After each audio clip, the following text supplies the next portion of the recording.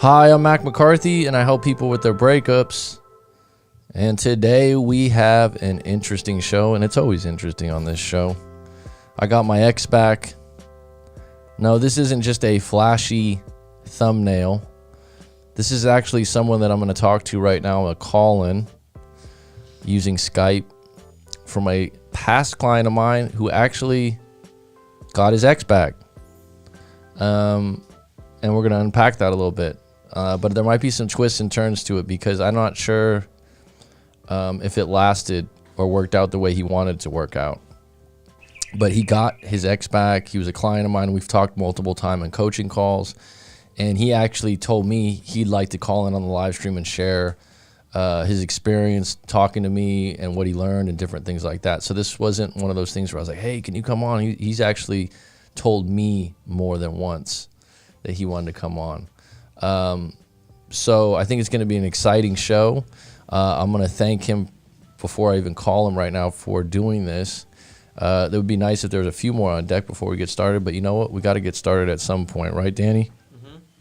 All right, so we're plugged in here. Oh, we got to put this up here. Oh, the volume's not on. I'm not hearing it. It's not coming in? Should be coming in by now. No. Hello? Mm-mm. Did I put it in the wrong thing?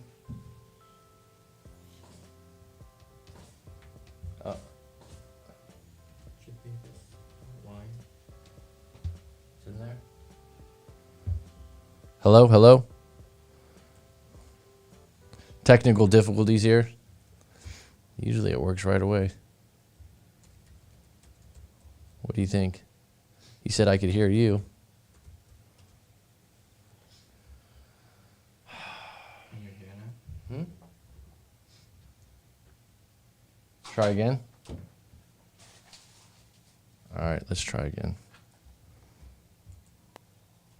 Oh, there we go. Here we go. It's going now. Hello? Hey, can you hear me? Yeah, I can hear you good now. Sorry. Technical There it difficulty there. is. Got it. Crystal clear. Thanks for doing this, bud. I appreciate it. Yeah, absolutely. Happy to help. How you been?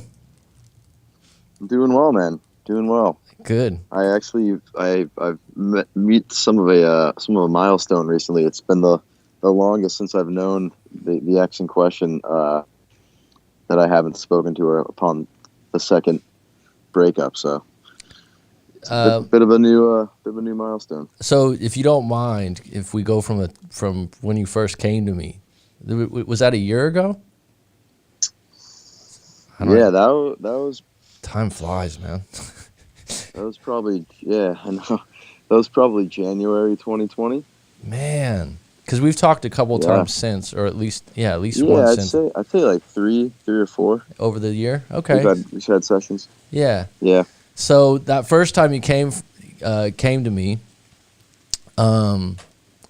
Jasper J, Chuck Starr, and Eduardo Martinez, Wendy Don, welcome. We're just going to get into this call right now. This is a past client of mine, or continued client of mine. It's not like you'll never talk to me again. The relationship's always there. It wasn't planned this way when I started doing my coaching, but a lot of people come back to me and want to talk to me about work, or if they're just starting to date again. And I think that happened with you. Like, you weren't in the same situation each time we talked, right? It wasn't just a breakup. We talked about a few different things. So people usually come back to me because I think it's true. Me and you had a pretty good rapport, and it's easier to talk to someone that already kind of knows you than go to someone new all over again. So I'm sure if something comes up in the future with a woman or something like that, there's a possibility we could talk. So a year ago, we'll say January 2020, basically what happened, and correct me if I'm wrong along the way, you were in a long-distance relationship with a girlfriend that you were in college with, and you guys went to the same college, had a relationship 2+ years or 3+ years? Upon that initial breakup, it was a year and change, a year and 2 months.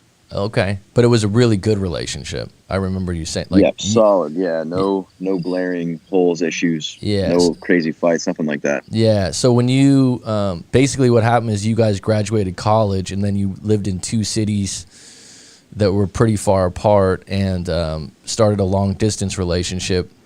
But when you started your long distance relationship, you both were in a really good place, right? Yes. Yeah. So like both of them got pretty good jobs out of college, and basically were what is it like a 4 or 5 hour plane ride from where you No, only like a 2.5. It really was okay. Midwest to East Coast. Okay. And so what was interesting about this gentleman's case, because I won't use names, what was interesting about your case was that this is why I keep saying to people, come to me with your story, because there might be something to it that might make things different. A lot of times when someone comes with a long distance relationship, there's not much you can do to overcome the distance. But what was interesting about this guy's character, I keep wanting to say your name. What was interesting about your character is that, or your situation was that the city that she moved to was your hometown. That's correct, right? Yeah, and vice versa. And vice versa. So it was, I mean, this is not something that's common, right? So basically when you guys broke up, it was more or less over long distance issues, right? Yeah, I mean, I think that's always something that would be the first order, even if there's other things underlying. That's going to be something that hits right away. It's a tough obstacle. If there's other things going on too, it's just going to bring them to the surface quicker. Mm-hmm. And so you were together, like you said, a year and a couple months. You did the long distance. You both got good reasons to move, and you were both in major cities. But within how long did it pretty much crumble, or did you break up? 2 months after the long distance, or? So we started that in September of 2019, and we broke up at the end of December. So yeah, 3 months. So about 3 months it took to get to the point where you actually broke up, but it started to kind of crumble at the sides probably about halfway through, right? Just the distance and whatnot. Yeah, I would say about a month before. So a little after Thanksgiving that year is when the warning signs just started to kind of come in that things were a bit off. And at first, correct me if I'm wrong, you panicked a little bit, right? Or you could use a different word. I wouldn't say I panicked, but you mean prior to breaking up? Yeah, like I said, when I say panic, you could use a different term, but you weren't comfortable with breaking up, that's for sure.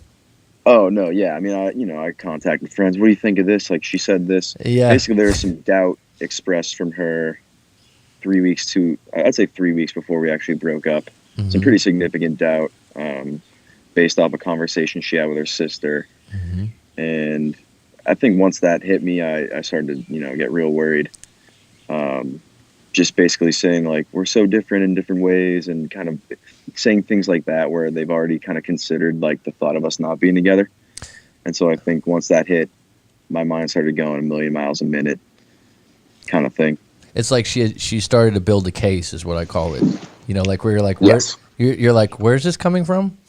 Because the interesting thing about your case, and this is why I need to know your story, is that your relationship was really good. Like this is important to know prior to the distance, that things are going really well, which, by the way, at a year and 2 months, they should be. You shouldn't be, in a bad place. So this is why it was a little bit more tough also, because you guys had a great relationship. You got along really well. Intimacy was good. Connection was good. You were on similar paths. You know what I mean? A lot of things lined up. So that's another reason that it was tough.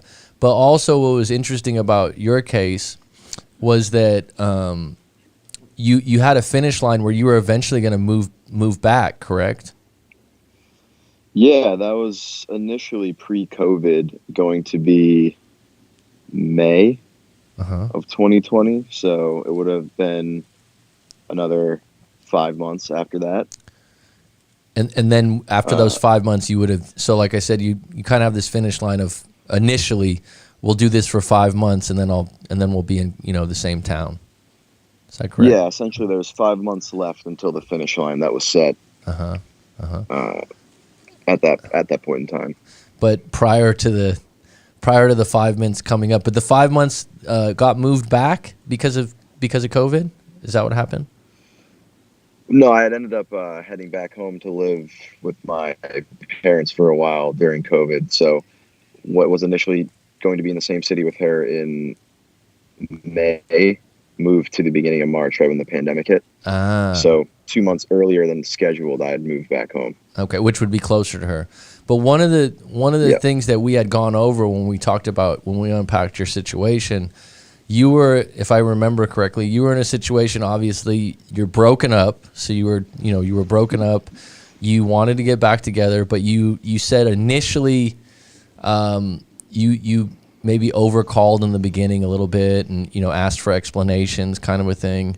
Felt like you were a little bit needy, but then you regrouped and you accepted it, right? Is that correct? Yeah. So basically what happened was we were on a vacation, a family vacation with my family. Mm-hmm. And basically I could tell things were so off. And so I basically backed her into a corner, not physically, but just verbally. I kept saying, like, how are you feeling about everything, blah, blah, blah. And it got to a point where she just couldn't lie anymore, basically, or push off the inevitable. And she basically told me that she couldn't do the long distance anymore, is how she phrased it. Citing a lot of her own issues, feeling like not herself and the distance being difficult, everything like that, kind of a lot of different things.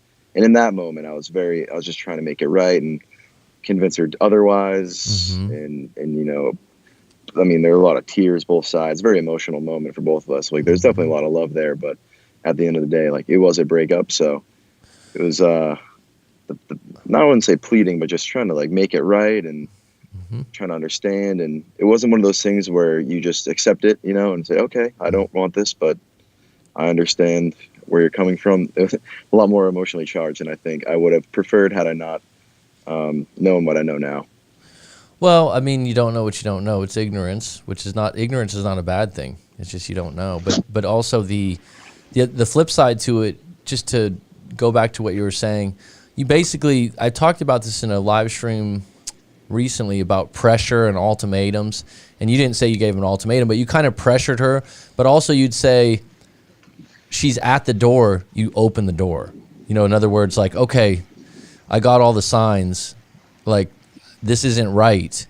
Like you said, backed her in a corner because you wanted to get definitive of where you stood, right? Because it was getting shaky. So that's why you got pressure based, correct?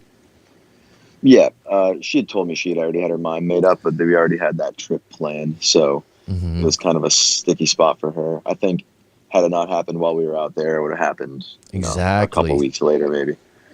Exactly what I tell people sometimes. If you're having trouble, sometimes we go back, and I don't know if this happened to you, but when you're in that no contact or that month of missing that person and wondering what you could have done differently, a lot of times you go back to that initial breakup and go, oh, I shouldn't have brought it up, oh, I shouldn't have pressured him.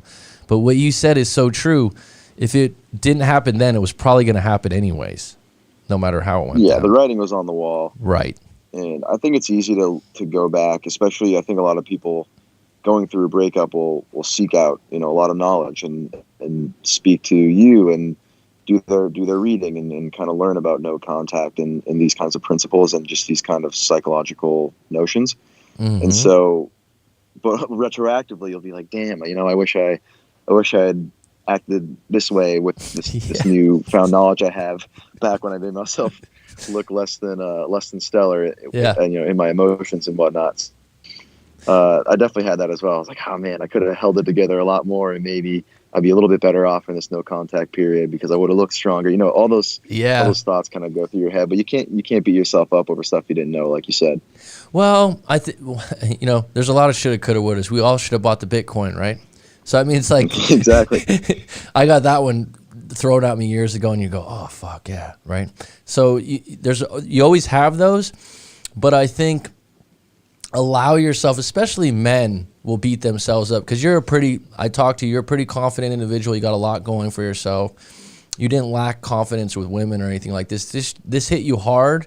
You didn't expect it to happen, and you didn't want it to happen. You were willing to work through a lot of things that were not ideal in the long distance, and some of her, how should I say it, drama or complaining. You were willing to work through it, and she wasn't. So I don't have a problem with someone, like hindsight's 2020. Oh, I wish I could have just accepted it and been more stoic. That's always ideal, right? And been a little bit more cleaner from it. But really, if you're being honest and sincere with your feelings in the moment, I don't have a problem with that. It's just as long as you don't do it for 2 weeks, 3 weeks, and you get creepy, needy, desperate. That's when you're really, you're really pushing someone away hard because now they're like scared of you, right? It's it was honestly this weird. It's something I never experienced before and probably won't again. Because keep in mind, and for people listening, it was like a first love situation for both of us. So I think there's these ideals wrapped around it too, and these expectations. And so even though we were breaking up, we were like saying how much we loved each other, and it was like this weird lovey, but yet we're breaking up type of episode. It's very strange, but it only happened for that last night we were there, and then she was off, and that was kind of it. So it wasn't like a perpetual lasting thing. It was just in that initial time right before, in between like us breaking up and her leaving the vacation, where we kind of just talked a ton and, had tears shared back and forth and everything. It wasn't a lasting thing.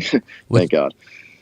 Which is okay, I think, because that shows that you really cared and you were being authentic. You were being yourself. You weren't holding something back. So sometimes when you look back and you wish you didn't do that, as long as you, like I said, you get it out and you say what you have to say and then you leave it where it is, and you don't, the worst case is when people start blaming or start to try to make people feel guilty or seek pity. And so I think by the time you came to me, you were trying to work things out in a way that was, reasonable and logical. Like, how do I go about this? Is that about correct? Like, was it a month after you had broken up or a couple weeks?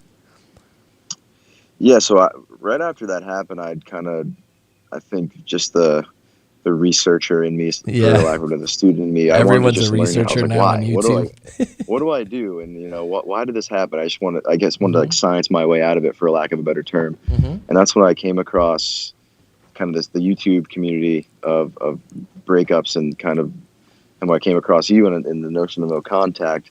And so pretty quickly after she left, I immediately went into no contact. So it was clean in that regard. There wasn't any real trickle after saying goodbye to her. And so I think I was in no contact very cleanly, and it was nice because I was very confident in that, and I knew it was the most productive thing I could be doing with regards to that. And so I think it was after a month I received a text from her. So I know some people out there may be going through a lot longer periods of that. But for me, it happened to be a month later. I received a text, and I know that's when I got in contact with you. I wanted to do a session just to kind of go about speaking with her again and being in correspondence. And that's actually timely, because you're kind of like, what should I do now? And game plan or strategy. And I think that you'd attest, we unpacked the whole thing, and then we talked about different things you could do. I didn't just tell you do this, right? We kind of went through a few different things about where you want to go. But one of the benefits you had, she reached out, but if you would have played it a little bit differently and gotten too excited, because correct me if I'm wrong, she reached out, it was kind of, hey, how have you been, kind of a thing. It was she said, hey, I just shipped your stuff to your city because I had some stuff there.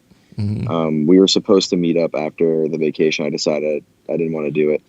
It was just too fresh, and I didn't think it would be productive. I kind of wanted to just keep it moving and let time and space start. And so she ended up, after a month, I had told her I was going to be in her city at the end of January, and I said I would like kind of hit her up and we could talk then. And then I in the spirit of no contact, I said, you know what, like, I'm the bare minimum you can do is reach out to me. I'm just gonna keep on with this. And then all I said was the end of January. And so literally on the day, February 1st, meaning the end of January has come and passed, I received a text from her saying she shipped my stuff. I found that to be a bit coincidental. And because she now knew that window where I said we may meet up had come and gone. So I think a lot of people will do that. They don't want to say, hey, how are you? They want it to be more of a logistical text, to not kind of put their neck out there. But Sure. she said she shipped my stuff. I said, thank you. Let me know if I owe you anything, owe you any money, for the shipping. And then once she started asking me more questions and trying to start conversation, I kind of knew where her real intentions were. She was trying to start dialogue again and come back within that door. And so I wasn't overexcited or anything like that, and just kind of kept it cordial, kept it fun, kept it light. And it was a little text conversation. And then if you remember, a couple days after that, we had a text conversation. I ended it and said, yeah, I'm going to go out with some friends, but it's nice talking to you. And then a couple days later, she asked if she could FaceTime me. Mm-hmm. And she FaceTimed me, and I guess she was just having a really bad day and was sick. Mm-hmm. And then I found this moment where I was very conflicted because I don't, we're not together. I can't really be that person for you right now. I remember when you told me that. You're like, these are things I would do as a boyfriend, right? Like I'm gonna be here for your, I don't want to, for your drama or your complaining. And I don't think you meant that insensitive. You meant it very practically. Like, I'm not gonna be your shoulder to cry on. Like, right? Like, you didn't mean it like you didn't care. But I remember you're like, I'm not your boyfriend anymore, so I don't want to listen to this stuff, kind of a thing. Yeah, and it was a weird line to toe because I was kind of cold, but I didn't know how to act without. Because once you assume that role, like, oh, you just call me anytime. You're not doing hot. Like, it gives them their cake and lets them eat it too, in a way. Right. I didn't want any part of that. Well, and you're also being honest with yourself, because there's a lot of guys that would go, oh, let me play this out and be the shoulder to cry on, and be the complain about work and complain about this and like I said, I remember you were just like, I'm not gonna do that if we're not together.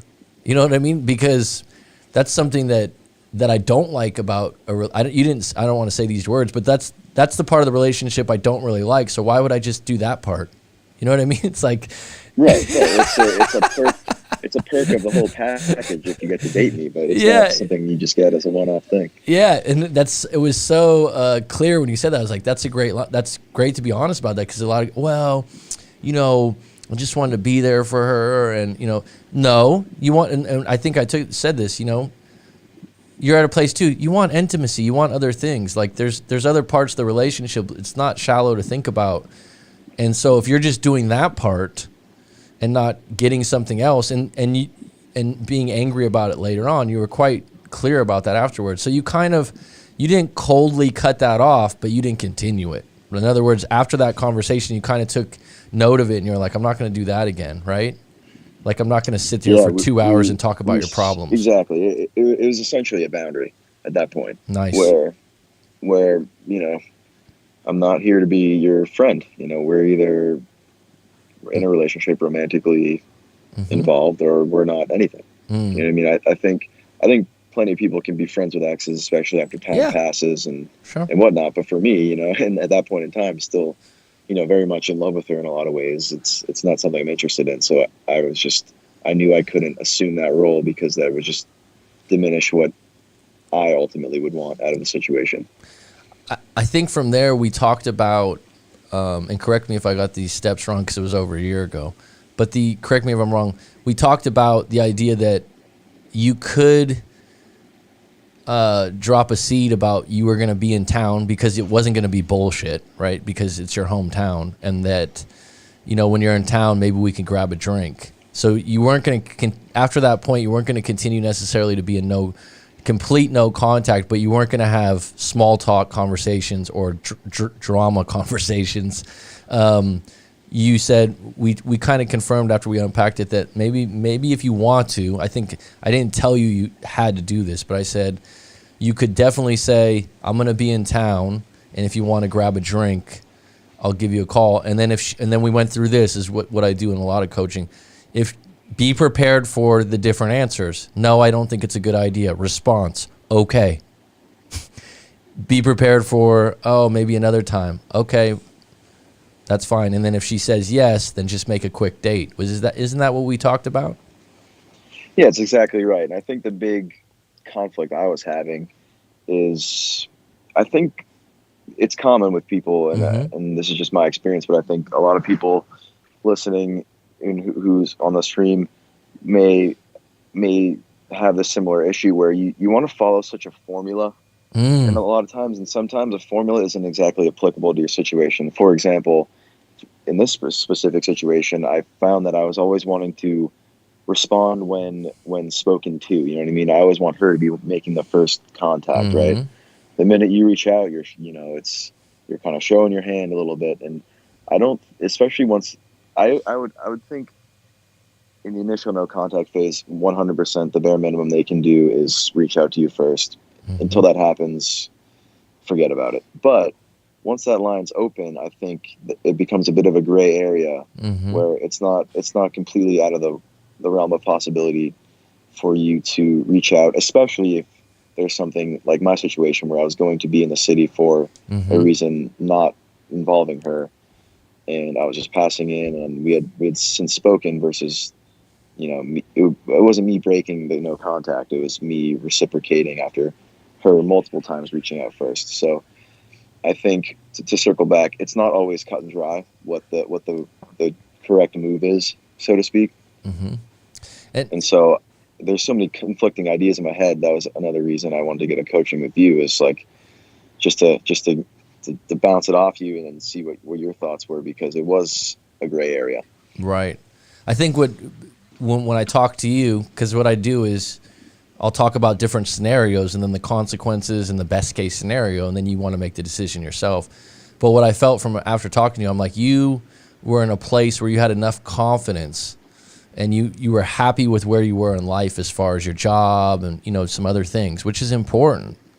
That if she told you no, right, if she was cold with you about, when you dropped the line about having a drink, that you could deal with it. And you said, yeah, I can deal with that. And so I said, I think and it was ideal for you because you were actually going to be in town regardless. It wasn't a reach. It wasn't like if she was in California and you have no reason to be there, you're like, oh, I'm just happen to be in LA this weekend. It's like, really? Okay. You had a grounds to be there. You were going to be there anyway. So it was kind of ideal in that way. But you went into it, I think, a little bit more reassured that you're right, bud. There's so much about no contact and the strict rules of it. And that's why I really encourage people to do a live coaching session. If not with me, maybe they want to talk to someone else. But there are exceptions to everything. So like I really like the fact that you mentioned that formula thing that I shouldn't break it. Well, there's a scenario here where I'm like, you're a confident individual. You can deal with this. She's already reached out to you. You've just, you know what I mean? If she does say no to you or she's flighty about the situation, you can deal with it. And then after we got off, you kind of went that route. And then when you floated that, you did end up meeting for a drink, right? Yeah, we ended up meeting for a drink and ended up back at her place, and it was pretty quickly. I got the line, I miss you, or like I missed you, and kind of went from there. And then not to spoil the ending, but we ended up hanging out the next like 7 weekends in a row or something crazy like that. It was just a real quick revamp, re-ramping in, hanging out, and just kind of reestablishing that connection. And eventually I found myself in a driver's seat where it was my decision whether or not we were getting back together, which is always a fun place to be in, especially when you felt on the other side of that coin. It's definitely refreshing. But it's also there is fear there, restarting something where you were hurt. Yeah. And I remember when we talked, I think it was one of the question forms you sent over to kind of just get some thoughts out on paper. I think one of the biggest questions, and a lot of people, myself included, had a hard time in this case, answering honestly is why? Why do you want them back? I think that's one of the most difficult questions in all of this, because I think our mind has a funny way of convincing ourselves, even though something is true when it's not, meaning maybe our egos really hit in the situation, but we frame it in our minds as, no, like they're the one for me and, and whatnot, versus, what is really bothering you about this? Is it the shot to the ego? Is it like the confidence hit that you soaked because at the end of the day, someone said they didn't want you in their life, at least at that moment. And so it's a scary thing to kind of dip your toe back in those waters where you got burned once before. And so it took me a long while to. We had started hanging out again in the beginning of March. I didn't accept relationship status again until May. So it was another 2 months of kind of just feeling it out and hanging out and kind of keeping myself guarded for a while. And correct me if I'm wrong, she had points where she wanted to get back, right? Or be official during those 2 months? Yes. Oh, yeah. I full on knew where she stood, and it was at that point it had become my decision. I kept saying, I phrase it as, let's ride the wave here. Let's just ride the wave, meaning take it in a very present, focused perspective. And just focus on one day at a time and not be too forward thinking right now, and just don't put pressure on things and go from there. And I remember one night we were hanging out and she just kind of turns and asks me, she goes, how long does a wave last? That's when you answer, good question. Keep it as vague as you can. But it was at that point, if I hadn't already known that, what her intentions were, and she wanted to get back together. Isn't it funny though? So in between the time that you broke up and and then you guys actually, let's just say you got back for that drink, because I think that moment that you got the drink and maybe you hooked up that night or whatever, then you knew you were kind of back in the driver's seat, so to say. What was the timestamp in between that time? 2 months? Would you say that you were like kind of officially broken up before that drink, or 3 months? We broke up on the very end of December. I think it was like December 29th, 2019. And then that drink was February 28th or so. So I think it's like almost 2 months to the day. So what I would like to say that I think you might, so in that 2 months, being the researcher that you are, and you're a pretty smart guy, so you were going on YouTube, probably reading articles. Did you read any books or audiobooks? I read some things. Yes, I did. I read A Man's Search for Meaning, Viktor Frankl. I read The Way of a Superior Man. The author is eluding me. David Dida, yeah. These are books I usually recommend to a lot of people. I'm not sure if I recommended those to you or you just did on your own, but those are good books. And a book I'd recommend, I actually didn't read this until very recently, but it's my favorite that I have in terms of relationships and attraction and whatnot, is Models, Mark Manson. I think that's just I always suggest that one too. I don't know if I suggested those. Did I suggest those to you in an email? You did, and I didn't get to it in time. But I think that is the holy grail, in my opinion. It's just Models is good because it's not pickup artist shit, right? It's more right. I shouldn't say shit, because I always say if you want to be a pickup artist, go ahead. I don't have a problem with it. But Mark Manson, just his approach is kind of refreshing, and he's when he wrote that, I think he was in his late 20s or early 30s, and I always suggest that one. But where I was going with this, at the time, you're in your early 20s, you break up with your first serious love. It's not your first relationship, but someone that you really love and care about and you thought you had a long future with. What you did by reading those 3 books, even though you read Models later on, you probably wouldn't have read any of those had you not been in the breakup. You watched some of my videos, probably watched other videos. You accumulated some nice base of knowledge in 2 months because you were thirsty for it. And then when you got back in a situation 2 months later, this is, if your ex is going to come back or you're going to create the situation, you still need to have some more knowledge, right? Like I feel like when we talked later on, you were like, oh man, I was ready. Like you felt like, oh yeah, I know what you're trying to do here or there. You weren't just impulsively acting in the you were applying some things we talked about. You were applying some things you read online to when you got into this relationship 2 months later. And I think that's when a breakup, especially in your early 20s, can serve you, because now you're not going to just go into relationships kind of like, she's hot, I want to hook up with her. You're going into the relationship like listening to what she says, some actions, you're countering things. Is that correct? Yeah, definitely. Definitely. It's not so much specific, very like, lines or moves. It's just a general approach. Yep.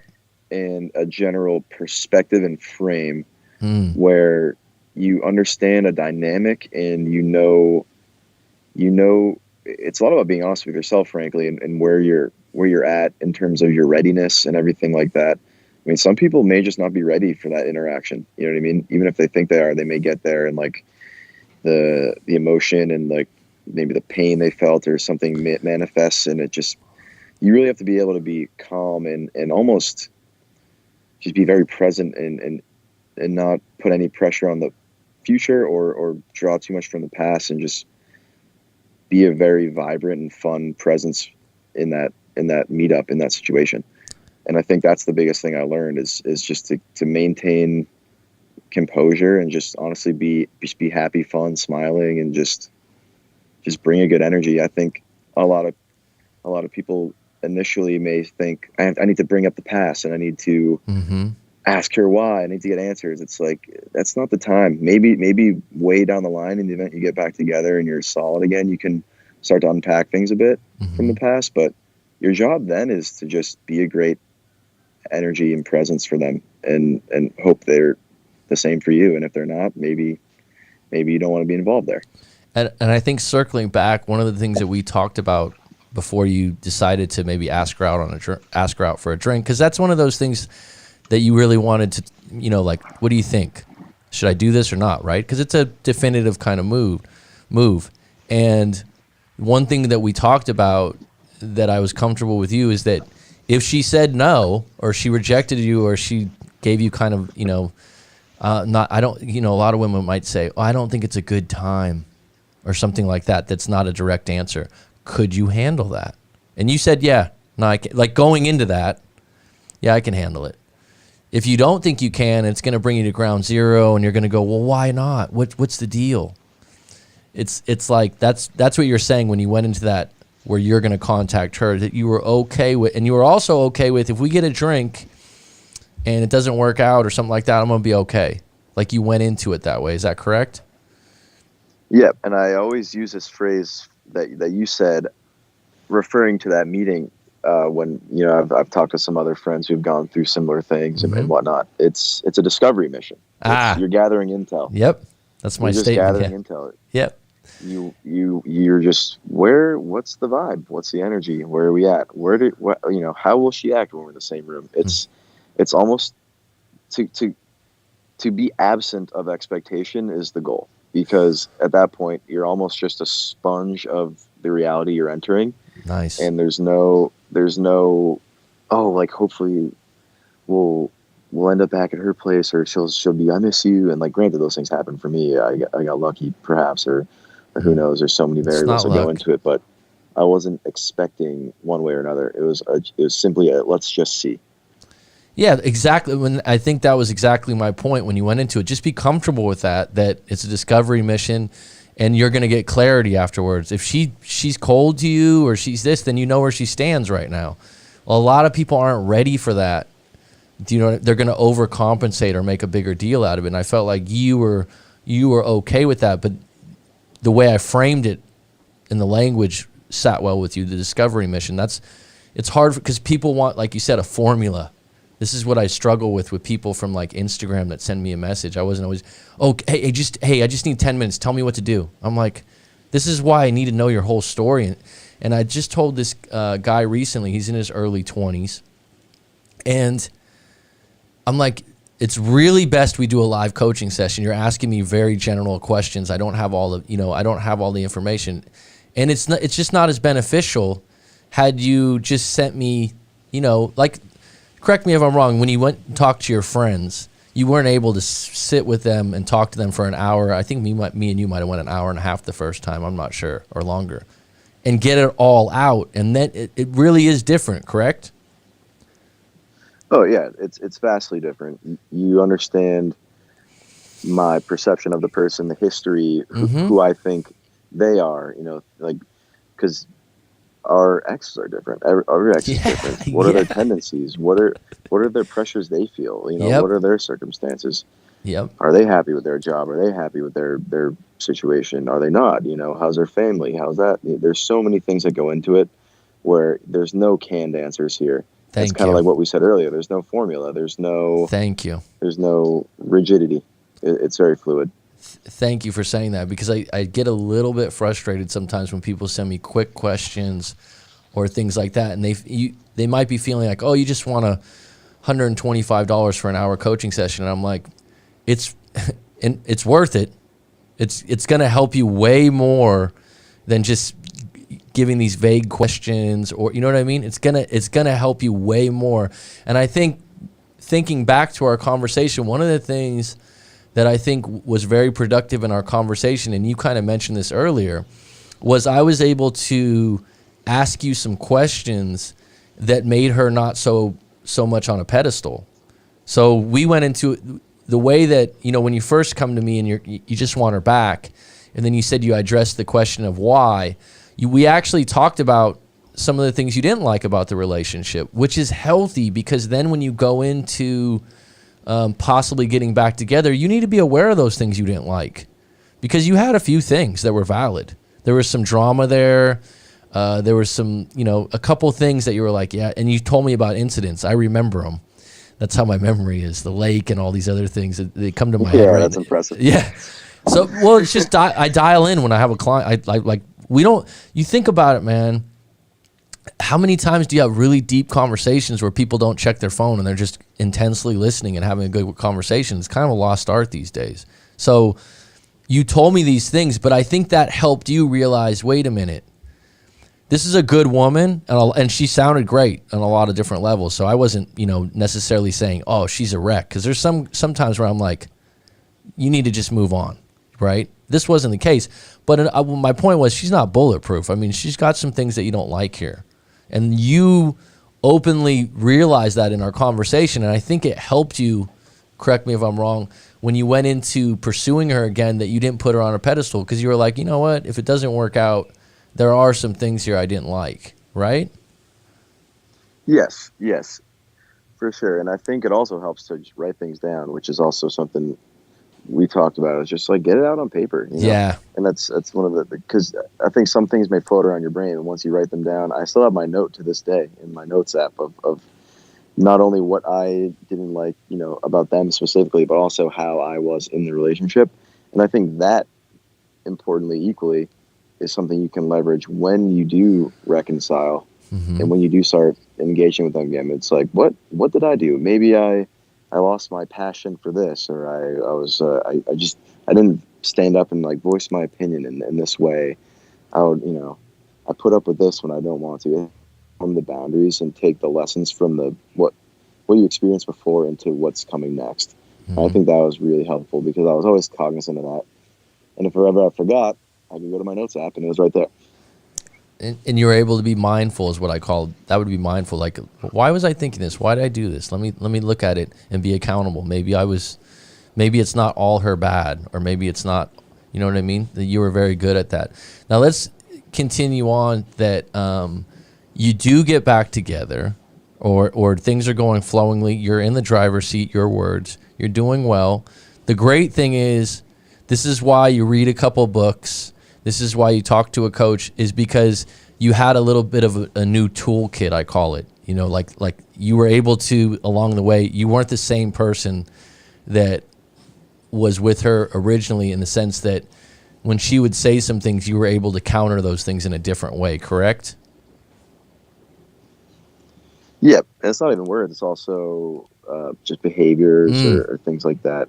It's just, for me personally, just anecdotally, there's times where I felt I would just kind of cave to what she would want, Yeah. even the smallest things like dinner or this and that. And it's like, no, I don't want that. I actually Yeah. don't like that. You know what I mean?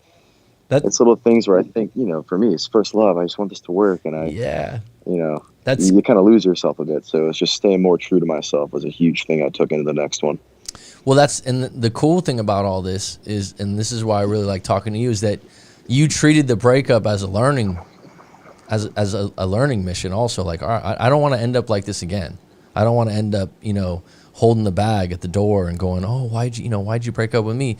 You went through this, like you said, you went and researched it, you went and got answers, and then you applied it, and then you were like, actually, you know what? I could be a bit of a stronger man. Like The Way of the Superior Man is a great book overall, things like that. And then you applied it. But where I'm going with this is going to be interesting because you're not together now, right? That's correct. Yeah, so we'll circle back to that. But so you're in the driver's seat, you're doing well, you're seeing each other every weekend. Are you living in the same town at this point? It's a 40-minute drive. Okay, well that's doable. City to suburb. Yeah, well that's doable in the sense that you could see each other when you want to. 40 minutes is not much. So much different than a 2-hour plane ride. So so you're doing well. And then is there anything that comes up that changes the situation where you go, I'm not sure if I want to be in this relationship anymore? What were the hurdles after that? Once we were officially back together? Say that again? Once we were officially back together. Okay, so yeah, let's put a timestamp on that. You were officially back together a few May weeks. 2020. Okay, and so that was after, correct me if I'm wrong, you deciding that she asked you, which is ideal, and that you didn't just go, yeah, we're back together. You kind of made her work for it in some ways. Maybe that's not the right words. Yeah, I certainly held out a little bit. I just didn't want to rush into anything, and maybe there was a level of, and you can wait a little bit. You can't just, even if we were going through a lot of the same emotions, I just wanted to take my time. Mm-hmm. Mm-hmm. So once you got back officially together, things are really good. They should be really good. Was there things that bubbled up because that you broke up once before? I'm wondering. Number one, I think whenever you get back together, I think trust is not going to just reset to what it was, because once you break up, you always know that could happen again.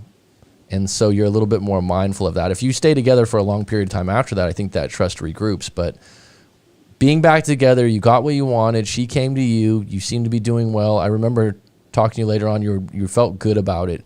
But then you did hit some hurdles. What were those hurdles or barriers? One of them was when we were talking, and basically she had admit. I don't want to say admit, but she had let me know when I asked, which I wish I didn't, but that she had been intimate with someone else when we were broken up. And I remember I think we at least email corresponded about this. You might have gone live about the topic more broadly. And for some reason, that just bugged me to no end. I had been her first time being intimate, so it was just this weird feeling for me. It had actually been after I was cold on the phone. It was like a week after that or so. So it was kind of right in between the phone call when we had seen each other. But she had basically told me she did it out of insecurity and like ghosted the guy after. I didn't feel too bad. I didn't think it was like a looming threat or anything, but it's just the fact that had happened.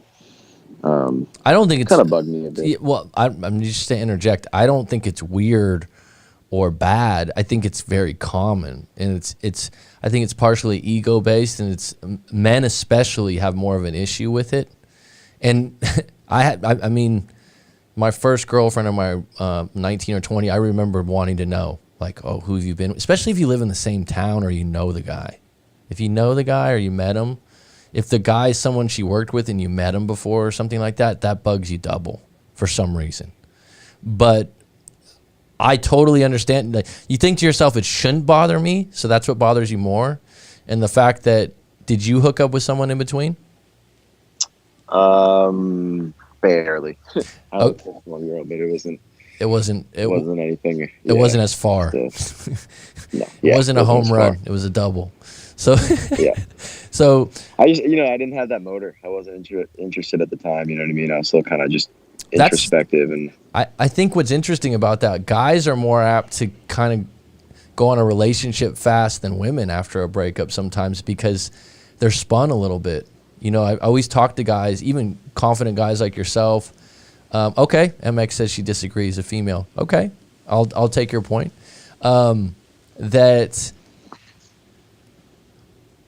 guys will feel like, especially if it was someone that you're really close with, that you're kind of surprised or shocked that you've been rejected by someone you were so close to, and I think that's in the back of your mind too. But to take the time away and not just hook up with someone just to hook up with someone, it's okay. And by the way, in that time, you were doing a lot of research. I did the same thing, to be honest, when I had my bad breakup in my late 20s. Friends were like, when are you going to hook up with someone else? I was researching. I was doing different things. I learned a lot. So when I got back on deck, I was like, wow, I got a whole different level of information here that I was forced to learn because I was hurting. And I think you did kind of the same thing in that sense. Instead of, you know, just going out and maybe hooking up with a random woman that you don't have feelings for. Chasing vices. Yeah, you kind of went. Some people party or drink or anything. A lot of women. You fulfilled that with information and research. I did the same thing actually. And then you went, okay, when I'm ready or when I revisit this relationship, you're kind of a new person in the sense of how to handle that problem. Is that correct? Yeah, definitely. Okay. And so, all right, so getting back to this, you're back together, you're doing really well, you're happy with the situation, but then you hit some parts. She was with a guy in between you. She was honest about it when asked, correct? Yeah. Okay. Still didn't like it, still bothered you. It bothered you that it bothered you, if it makes sense, right? Yeah. Because I remember being that way too. I had an ex before. I'm like, why does this shit bother me so much? Like when you're by yourself, it shouldn't bother me that much. It shouldn't bother me that much. She told the truth. And so you're bothered by that. Is it one of those situations where you couldn't let it go? And so where did you go from there? Did that matriculate into a breakup, or what happened after that piece of evidence?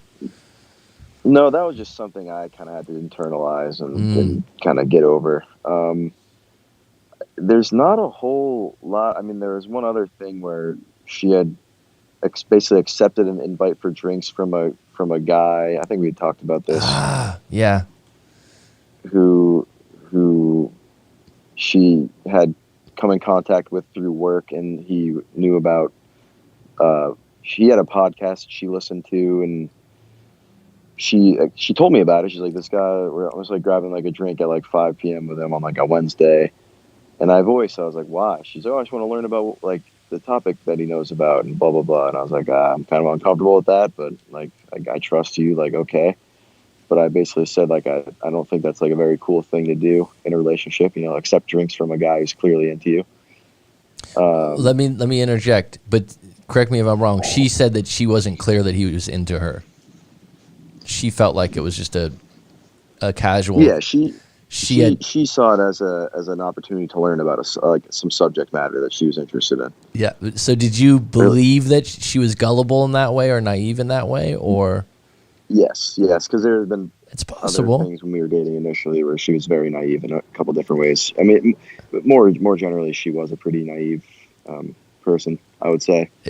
There's several episodes of that throughout our relationship where that kind of came to the surface. Immaturity, naivety, in different ways. Yeah, because you seem like you're very mature and, intelligent for your age. So you're, just by the way, I don't think you mind, you're in your early 20s to mid 20s. So it's so funny as a guy because you're like, this guy doesn't want to fucking share a lesson with you about his podcast. Like, right, well, get this. At the end of it, he told her. And granted, this guy, like, not the best looking chap, I guess. I'd since looked up, so it wasn't like a direct threat or whatnot. But he basically said he told her, and we after this had happened, I brought it up again, like just to clarify, like, I really didn't think that was cool that you did that, and like, here's why. And like, guys have these certain tensions, and like, this is just, I know how guys think. This is how that happens. And she's like, well, now you say that, like, at the end of it, he said, when you break up with your boyfriend, I'll take you on a real date. And then that And basically you were proving my like, point. yeah, exactly. I'm not surprised.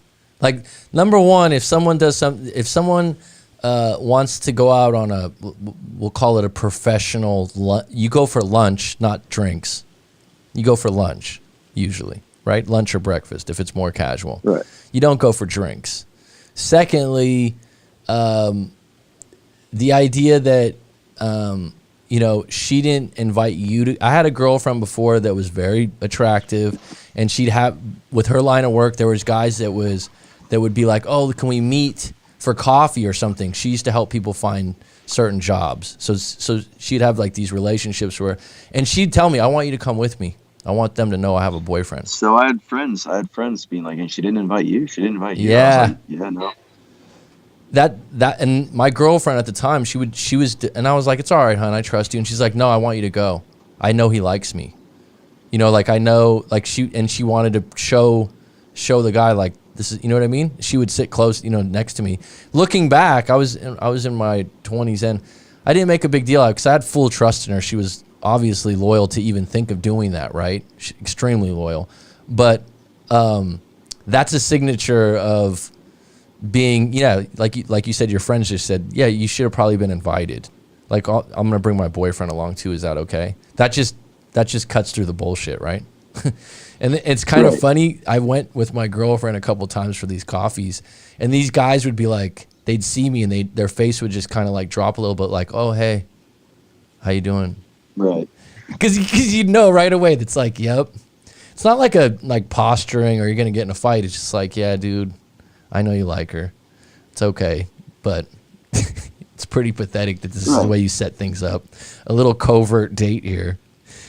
Exactly. And so I think what really frustrated me about that is once my point was proven, she still didn't understand why that wasn't cool. She still argued it. Well, that just means that she's stubborn. That just means that she's stubborn, that she didn't want to admit, because especially if the guy said, when you break up with your boyfriend, I mean, that's even a little over the top, right? He's being cocky now. Now it's a time for her to step up, and you don't want to coach her on this or tell her what to say, by the way. Like, you should have said this. It's kind of like, that's the point where you go, oh, you know what? I got a great boyfriend, or whatever. You stand up for your boyfriend at that. We're not going to break up anytime soon. Maybe you got the wrong idea here. That would be ideal. Not a ha ha ha. Not a play along with it. She said she just walked away. She's like, okay, cool, and just walked away basically. But yeah. I mean, the fact that we couldn't see eye to eye on that, another thing in the bucket of, well, this is kind of ridiculous. It's one of those things where if not one of your friends is like, no, that's probably okay. They're all just like, she did what? And it's like, you're almost like, I'm not crazy, right? Like, this isn't a good thing, like cool thing to do. And they're like, yeah, no, definitely not. Well, she didn't meet the guy again, correct? Did she? Yeah, not to my knowledge. Yeah. Okay. So the good part is, if she did that, I wouldn't, as long as it would have been probably a lot better if she just apologized and said, you were right. You know what? You were right. That's the part that pissed you off, correct? That after the fact, okay, I made a mistake. I was being a little naive. I didn't even know. There are some women out there, and I'm not talking about everyone, MX, that's on the live stream that's like, because some people are like, I'm not like that. Okay. But there are women out there that just like attention, like to flirt for sport, or naively, I would say, almost like cognitive bias, where you don't look for oh yeah, it doesn't like me, but I'll go get a drink because they're interesting or something like that. So that was one thing that bothered you. The fact that she had hooked up with someone prior to you and you had knowledge of it bothered you, and then this happened. Was there anything else that happened next that makes it so you're not together currently? Smaller things, just, emotional episodes here and there where I felt like there was, it's just like, why are you upset? Why are you crying? Kind of thing. Or like a small thing becomes a bigger thing. And what had happened a lot is these kind of end of the world epiphanies would strike, where she's like, I just realized that. And then it would just be this a bit of a tangent where I'm just sitting there like, I don't even know how to handle this right now, because you're just like coming to these conclusions and I never know where I stand now. You know what I mean? And there's always this new thing where you realize this about the relationship or this about your situation, and it's like, well, where do I fit now? Like, where do we stand? And I just felt like I was on such shaky ground that it just got so tiring to then basically to push it along. When we broke up the second time, she kind of brought it up and was like, I don't think I can be in the relationship anymore. And I almost like laughed by accident because you're in such a strong place. Yeah, I just felt like I was on such shaky ground for so long, and it was very tiring not knowing, you know what I mean? And just being like, I never know, like, I think we're good, but then all of a sudden you voice this concern. And my ex was someone who would act she'd be very flighty and kind of very impulsive, rash, where very reactive. Mm-hmm. And so one little problem, one little realization in a given week could spark, a breakup, basically. And so that not knowing and that walking on eggshells, it gets so tiring that when it actually came to a head and we broken up the second time, I like found myself laughing, and it was just a really weird phenomenon, but it's true. Laughing possibly at the ridiculousness of the reason for her being dramatic, or like I use the word flighty, which is common for a lot of younger women in their early to mid 20s, that they're not sure about who they are, where they're headed, or if they want to be single again. But correct me if I'm wrong. I've said this like 5 times. Correct me if I'm wrong. It's okay. Wasn't the first breakup, or at least the behavior, similar to the second one? Almost identical. Thank you. Almost identical. I think the second one was more acute, meaning it was quicker. It was less of a slow burn. It was just, I'd say what happened in the course of 4 weeks maybe happened over 2, but it was the same pattern. This is what I tell people a lot of times now, and it'll be a chapter in my book when that gets done. Playbooks.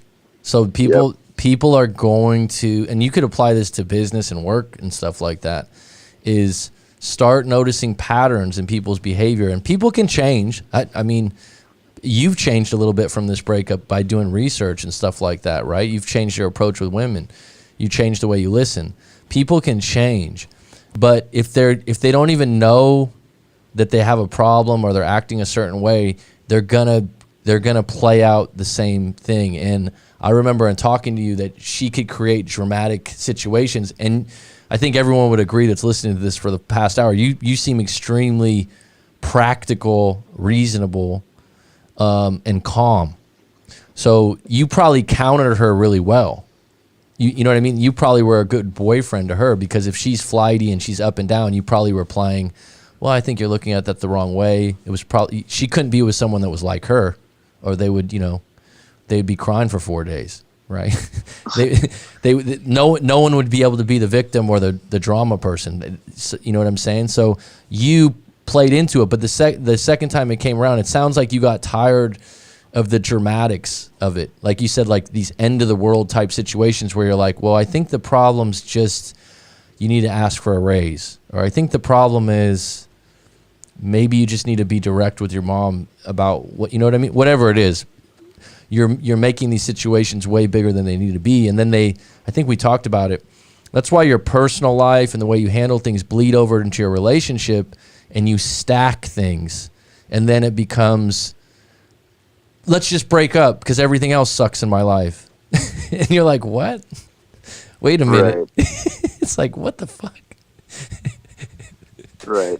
There's a lot going on. And there's always a tension too. There's always a tension between the headaches and just the not knowing, and that the dealing with that, the flightiness and whatnot, and the underlying love you have. So in your mind, you're always getting tugged in each direction. Oh, put up with it and make it work and adjust. And what happens is eventually it's either you really change tremendously within yourself, mm-hmm. and you almost fold, and you don't honor your boundaries, which quite frankly, there was a lot of me doing that. I wasn't, after, the quasi date with the guy, I could easily been like, well, if you can't get this, and like, this is going to be an issue. You know what I mean? This, like, mm-hmm. There's a lot of times I could have been more firm, even in the second go around when I wanted to be more firm going around. And it's just, love for someone's a powerful thing. And I think a lot of times it can sway you past past some boundaries you set and some things if you'd write down on paper, you probably wouldn't be putting up with. I agree. I think that what I'm coming to realize a lot of times, and I just had a coaching session. One of the reasons we were supposed to talk earlier, and I forgive me for being late, but because I really appreciate you coming on and sharing all this today. But I was telling this guy earlier, and I think this applies to all of us, because the dating's changed, right? I mean, we have dating apps, we have social media. There's more access to shallow connections. So you got to see things through. You'll meet someone on an app or something like that. They look good, they have a good app, but you don't really know them yet. So there's a lot more, where you used to meet people at work and you kind of had a background on them. There's a lot more filtering that goes on. And if you ignore, I was just talking to this guy, I've talked to him multiple times in the last couple of years, great guy. And he keeps, and he's aware of this, he keeps settling for dating women that are wounded or have issues, because he's a pretty good guy and he's problem solver. But I told him, I said, I got to be honest with you, you're just not filtering. Do you know what I mean by that? Yeah, basically, and it's funny. I think Models gets at this a little bit as well. Circling back to Models, but it's your rejection. When you're rejecting people and when they reject you, it's all you're filtering. You're sifting through what you're okay with handling and dealing with, and also maybe on the other side of what they are willing to deal with or what they prefer in someone. And eventually, two people filtering on different ends are going to find something that they both really enjoy and really would design by choice. And so, if you're not filtering, you're some say red flags. Maybe they're not as glaring, but there's a lot of times where you're not vetting things. Right, and I was telling him earlier, a lot of times the filter when you're in your 20s is she's hot. Yep. And then it's like later on, someone will come to me and they'll be like, "Oh my God, you know what she did? She did." I remember this guy that was quote unquote a famous DJ where he was at in the world, and he was successful, and you don't know how famous he had money, he had this, and he's just going on about this woman, how she did him wrong, and how she talked to one of his best friends and gave a number and this and that, and then it was like, finally, 2 hours in, because we had multiple sessions, I was like, what do you? You're blowing the whistle on all these bad things about this woman, right? Like, so why are you chasing her? Why do you still want to be with her? And he's like, I got to be honest with you. He's like, the intimacy is, and he didn't use those words. The things we did together were phenomenal. I'm like, okay, well then I get it, but like, are you going to sacrifice your dignity and your pride for a woman that's given her phone number to your friend and colleague? You know what I mean? Like, you're in a club, these kinds of things, and a lot of times you don't realize it. Okay, she's hot or the intimacy's good. That's great. We all like that, right? Women or men. But long term, you got to reassess, like, am I willing to deal with this or this or this?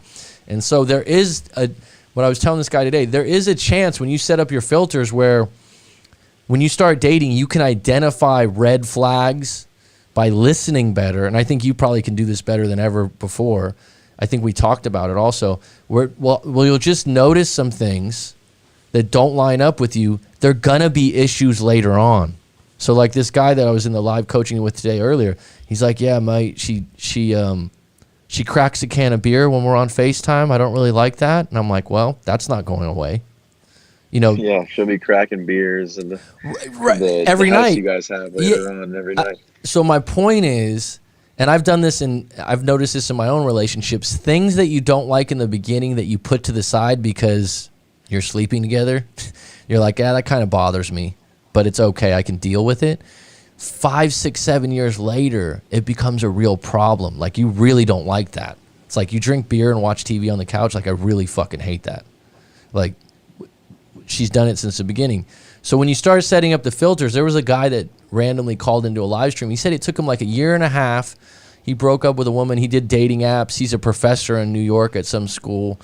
And he was like, he goes, I found your channel because after my long-term relationship breakup, I got into a relationship like 6 or 8 months later. And he's like, I thought it was great. And she just wasn't up for, long-term. So he goes, I was destroyed. He goes, it took me another year, but he goes, it took a lot of dates, man. I think it takes more time when you're filtering that you really got to identify, yeah, you know what? That's going to bother me later on. Let me just cut this right now. Because the minute you get more entangled and you accept the stuff you don't like, you end up getting in these long-term relationships that you're not happy in, and you don't even know how you got there. Does that make sense? Yeah, and I think going through a breakup, as shitty as it is perhaps a lot better than getting entangled too deep in something that is going to be a lot longer of a thing to take on. And so I think it also helps to, when you are broken up, really focus on those. I think a lot of people will look back with rose-colored glasses. It's so common, you know, all the wonderful things. But think about all the things that sucked, because I know that helps me. And I think I was actually talking to a buddy who went through a breakup today. And I was saying, you're going to look back with the rose-colored glasses, but think about all the things that just pissed you off and that you didn't like, because that's what makes you feel like, oh, wait, you know. And I kind of dodged a bullet in a lot of respects here. Thank you. Especially, I don't mean to harp on this, especially in your 20s, man. Like, one thing I'll tell guys in their 20s, even women, is this really going to be the last person you sleep with? It's a good question, right? I mean, some people might be like, oh, God, like, that's all you care. But really, think about that. Because curiosity, the way the media is now, you get in a 5-year relationship at 21, 22. At 26, 27, you're going to be wondering, this is going to be the last person I'm ever with? Like, I do want to maybe hook up with... Women do it more often than men, where they go, I just want to see what it's like to be single. I've heard that line from many women to men. And it's not personal. It's curiosity. It's media. It's, my friends are single. It looks like fun. And you're like, oh, this isn't fair. It's real. And so I think that's really a good question when you're younger like that. But you're right, dodging the bullet. I've had that conversation with people before. I'm like, maybe you want marriage, maybe you want this, maybe you want that, but maybe the reason you're not getting married are these things because it's just not there. It's not right long term, because you accept a lot of these things later on. And the beautiful thing is, I think you'll find this for yourself, is the next serious relationship you get in, and the girlfriend isn't so flighty or dramatic, maybe, dare I say, a little bit more confident, less naive, you'll notice that and you'll go, oh my God, I love that about her. Like, you prove to yourself that there's women out there like that, right? Yeah, and I think especially when there's the first relationship, the first love, so to speak, you have no frame of reference to compare something to. You know, because you have a line, right, in the sand now, where here's things I like, here's things I don't like. But from your first relationship, you have no idea what you like and what you don't like. You haven't had that experience to define those things for yourself. And so I'm yet to enter my new relationship, but I do know what to look for now. And a big part of that as well is attachment style. I think it's something I'm still trying to work on, is understanding how to kind of snuff those out, because what I was dealing with was a pretty textbook avoidant. Who would you say you are? I would say I'm secure with. Good. I think, yeah, for the most part, you can kind of tell, like you said, I am pretty centered in things. I think sometimes a little bit of anxious comes out, but I think that was more so because I was with an avoidant who did a lot of like questionable things. So sure, I think it brings out a little bit of anxious side to things, just because you're like, I have never known what's about to happen. She just went on a date with a guy and didn't even know it. Still bugs you, huh? Oh yeah. It's not that it even bugs me. It's just a baffling phenomenon at this point. Yeah. It's such an interesting thing, but avoidant is something where I don't want to deal with in the future, because it's just like you're always going to feel that push, and that immediate reaction to any conflict is going to be to push, and not, with more secure, it'll be, let's figure this out. But when it's avoidant, you just feel that push, and it makes you feel like I said, on eggshells, or like you're walking on shaky ground.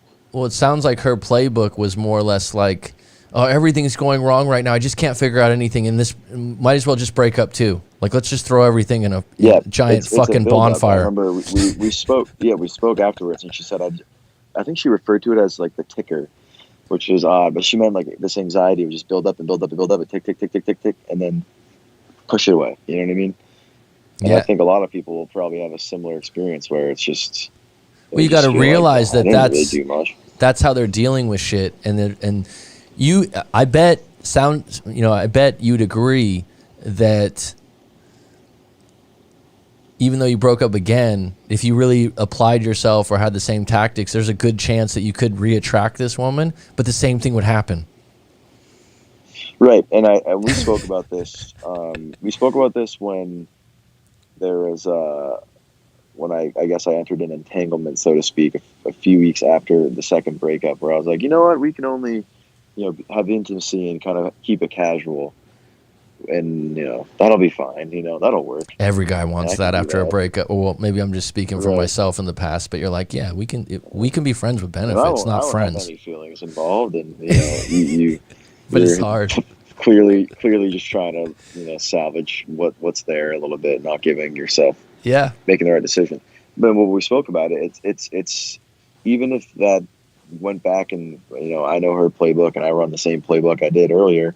Maybe that does happen, but at what point are you going to escape the vicious cycle? Yes. You know what I mean? Yeah, and by the way, it's a choice. Like, I won't tell people don't do that. I'm a free will coach. Like, if I won't tell you, like, let's unpack the different scenarios. I won't say, like, I've had other people tell me, well, the coach told me to do this. I'm like, well, let's talk about that. Well, let's talk about this option. I still want you to decide, but if you wanted to do that, I'd be like, all right, that's fine. Just know what you're getting into, and notice if it happens again the same exact way, that it's no longer by chance. You're just not paying attention. So if you don't like that, right, this is the one thing I say to people a lot now. How about betting on yourself to meet someone equal or higher value? You know what I mean? Like, you got to, and that's a hard one to swallow for some people. There's a TED Talk called Bet on Yourself that's really good, and it's more about business. But I remember this guy, brilliant TED Talk, and he leads up to, like, who would you bet on? Who would you bet on? Is not for relationships, but for money or this or that. And the answer should be yourself. And the answer when you're out of this breakup, especially guys or women, if you have a lot of confidence and you think of yourself, I'm okay. I'm pretty good with women. I'm pretty happy with the way I look. I'm pretty happy with my job. Then bet on yourself. If those things aren't in place, then work on them, right? Like, that's the time to work on them, was when you're single. Because if you try to work on them when you're in a relationship and then your girlfriend or your boyfriend breaks up with you, then you feel like, oh, they just broke up with me because I don't make enough money. And then you feel like, oh, a victim. Well, do you feel like you don't make enough money? That's another choice. So it translates back to the overarching notion of love yourself before someone can love you. Right. Otherwise, you're just hiring someone to do it for you. Right. Good point. I actually told my buddy who went through a breakup, it's the way I see it is, patch up your boat, find out what your holes are and patch them. I think, because I remember he kept saying, I don't know what to do. Like, I just don't know what to do with myself. And I was like, well, when's the last time you went to the gym? He used to be a big gym rat. He goes, dude, I haven't gone in forever. I'm like borderline fat now. And I was like, well, that's, for me, I've always been like in really good shape. That's just something I've always kept up on. But I was almost envious of him because that's such a great thing to dive into. If you're not on point with your physical fitness and your health, is just dive into that. Thank you. It's such a controllable, it's entirely in your control. Because say you're like, well, for me, I was like, I'm healthy. Like, maybe I want to like improve my job. There's so much more riding on other people and finding opportunity. And thank you. There's so much other variable, but the gym is entirely up to you how much you want to go through something difficult. You hit it on the head with the control thing. So this is something I tell people a lot. And if you don't want to go to the gym, you can just go for walks. I'm not, you're not training for the Olympics. Like, you don't need to look like Schwarzenegger or anything like that, but you just need to get to a point where break a sweat. Exercise is mental also. This is what people don't realize. It's not all physical. And a lot of people that are overweight or out of shape, they just make, well, I don't, I'm not this or I'm not that. They make an identity statement or that. I've always been a slim person. And someone's like, well, you're already slim. I'm like, I don't exercise to be slim. I exercise because I feel really good afterwards. Like it's a natural high, right? It's nature's therapy. Yeah, nature's therapy. And if I'm feeling anxious, which isn't often, or I'm feeling sad, which at this point in my life doesn't happen often, but it happens sometimes. I'm not bulletproof. I tell people this. I'm a coach and everything, but I have shit too, man. You know what I do? I go for a hike in the mountains. I go for a walk on the, I get exercise because I'm like, that's the first thing I can do. And people think it's cliche. Oh yeah, I've heard that before. Are you doing it? It's the number one thing that can help you. And it starts with those things. You hit it on the head with what you can control. It's like a client I have right now that smokes a lot of cigarettes and gets anxiety. I'm like, you can quit smoking. Yeah, I'm going to try. I'm like, it's contributing to your anxiety. You can't. This is the hardest thing about a breakup. You could be a world beater. You could be a high achiever. You could make a lot of money. Some guy just told me that he was a basketball star at some major college. He's telling me all these things. You can't just get your ex back with hard work or because you want to. You can quit smoking or you can go to the gym and get your body right with hard work and those things. And then, like you said, patch up your boat, if you will, if you want to use those words. That's a good way to put it. And then when you do that, then you're ready to get a better or higher value catch. I mean, no pun intended with the boat thing, but right? It's like, it's like, then when you come back, like, I like the fact that you're like, you know what, my motor just wasn't running. I was the same exact way. And friends were like, dude, when are you gonna hook up with someone? Like, so-and-so likes you. I'm like, I think you told me the same thing. I wasn't low on confidence that I was quote unquote ugly or something like that. I just was feeling down and wanted to regroup. And then the things that I did and some of the books I read, when I got back on deck, I was much better with women. And my next girlfriend was better for me. I mean, overall, I was like, wow, this is a really good girlfriend. It wasn't just beauty and all the other things. It was personality. And that wasn't by accident, and it's not fucking luck. You know when you say, like, it's you make your own luck in life. Like, they had a study years ago, I forgot where I read this, where they had planted like $100 bills in a room and released these people that thought they were lucky and the other people that thought they were not lucky. Guess who found all the fucking money? The people that thought they were lucky. Everyone else overlooked it. It's just about filtering for positivity. That's all it is. It's just about that, and you're doing the right things to get where you want to get. So this has been a long one. I appreciate your time, man. This has been really good. Maybe you'll come on again. You can maybe be a coach in the future. Yeah, still honing the craft. Still garnering the life experience, but I think it's a powerful time. Going through a breakup, especially for the first time, it's something. It's such a unique experience. It's such a powerful experience. It's something that's interesting to me. To be frank, it's such a moving experience. There's so many things have spawned from breakups. It's one of the biggest motivators, but it can also be one of the biggest destructive forces. It's a really interesting phenomenon. So, what's hidden in all this that you mentioned that I really like though, is it's been a domino effect in the sense, like, you went through a bad breakup. In the sense that I say this, a bad breakup in that moment, right? You were crying, you were sad, you were beside yourself for a few days. You probably had feelings where you were like, damn, I've never felt this, fucked up or sad, especially about a girlfriend. So it was foreign to you. And then you did the work, you talked to me, you read a couple books, you worked on it, and now your friend's like, I went through a breakup, and you're like, all right, let's talk about it. I know exactly what you're going through, bro. Talk to me about it. And then the domino goes, and this is how I got into breakup coaching myself, is I had friends coming to me because I went through the motions in the way that I now have compassion. It's not like, oh, you're being pathetic, man, or like, just hook up with someone else. You're like, wait a minute, I'll listen to you. I've been there before, right?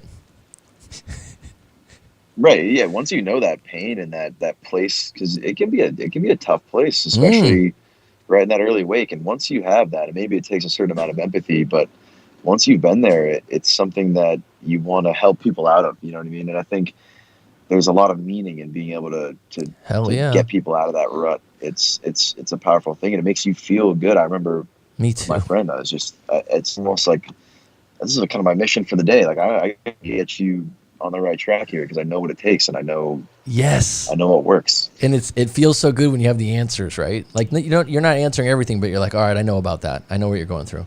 And then you have something to counter it. It's almost like if you, I don't know what your career is now, or you probably don't want to discuss that, but whenever you're in sales, right, and you learn your product or you learn what you're selling, or I was in real estate years ago, and you get to a point where you have all the answers. What I mean by that is like, you know questions that are come up or concerns that are going to come up, and you're like, okay, it's a really good feeling. And breakups aren't necessarily as there's no protocol like we talk about, and you're aware of that. But you get to a point where you're like, oh, I know how that feels, man, or I know this, or I know that, and you can counter them all, and it's a good place to be. And to share that with a friend, it does make you feel better because you're like, dude, I totally know where you're coming from. If you want to talk about it, let me know, and we'll unpack it. And that does, you get something out of that too. It's not just a one-way street because you know how it felt before. So, any closing thoughts of where you're at right now, present moment? I know we took up a lot of your time. You know I can talk, so you did a lot of talking though too. I really appreciate this. Does this give you some clarity on where you're at right now? Just being able to come full circle and be on the show and talk about this in a calm manner and confidently. Yeah, I mean, it helps put everything into perspective. And just for everyone listening, in terms of my current status, basically, went to do a more casual thing that ended not well. Just basically knowing that we both had been talking to other people, and it kind of got to a point where we had a kind of an explosive night where we got into an argument, and it just ended poorly. And a little bit after that, I was she called me a couple times. We had texted, and she's like, hey, like, I just want to make sure you're doing okay. I said, yeah, I'm fine. And then she called me the day after twice, and I just decided, you know what, I'm not going to answer. You know what I mean? And that was just where I was at that point in time, basically choosing myself at that point. Yes. And just that was the last thing that happened. That was about a little over 2 months ago. It was just two calls I decided not to answer, and I really haven't looked back. It's the first time I've been fully committed to completely moving on. And so people are going to be in all different types of stages, you know, wanting their ex back, being open to either or. For me now, where I'm at in this whole life cycle, it's betting on myself, like you said. Yes. That's where I am now. And I'm glad you brought that up, and I'll definitely be seeking out that TED Talk just to. Oh, okay, I'll send it to you. Watch it. It sounds great. I'll send it to you. I'll put it in the Discord. But the what I was going to tell you too is that what you just said about this situation not working out and you being able to walk away, that's you filtering, like, you know what, this isn't going to work. You're not trying to bandage it up or fix it or continue to agree to disagree. You're like, you know what, there's so much value in getting to a point where you can have an early relationship where you probably had good intimacy and attraction, and then going, you know what, this is a deal breaker, I'm not happy with it, done. That doesn't mean you're running away from you're just going, I'm not up for trying to make something out of nothing, or trying to not put up with what I don't want. And I think that's a lot of growth. When, you know what I'm saying? Right now that you were able just to go, yeah, this is the first one that I've hooked up with since, but wasn't really there, so I was able to walk away clean. A lot of value in that. So, all right, bud. Thanks for joining us. Maybe in the future you'll come back on. I know you'll keep in touch. I'll let you off the call, and I'll check the live stream to answer some questions. Do you have anything else you wanted to add, or? No, that's all for me. I'm definitely happy to hop back on at some other time, but always been a proud member of the Coach Matt community, so happy to hop on and be on this side of the stream for a change. I appreciate it, man. I really appreciate taking the time. It's been great. All right, we'll be in contact, bud, and I'll send you that link to that TED Talk in an email. All right, bud? All right, yep, sounds good. Thank you. All right, bud, take it easy. Bye. All right, that was good. That was a great call. What did you think, Dan? Yeah. Came in crystal clear. Electric didn't go out. No technical difficulties. Thank you. Danny fixed something that I had the volume off on in the beginning.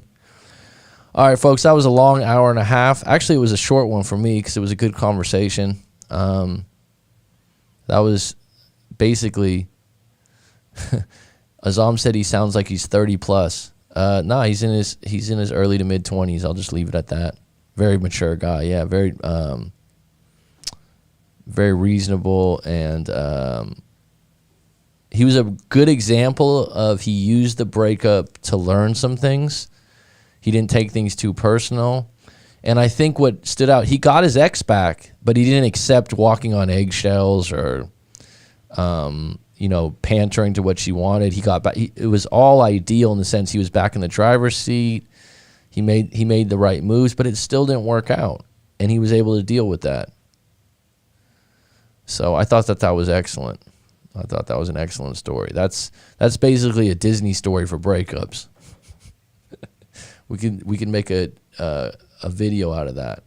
Okay, so I'm probably not going to go through the whole live stream right now, but if anyone has any questions, go ahead and shoot. I'll go through a couple of them. Linda, too emotionally, yeah, it's complicated for guys in the acceptance process, but it's not complicated for her. She'd been weighing options and moved on already.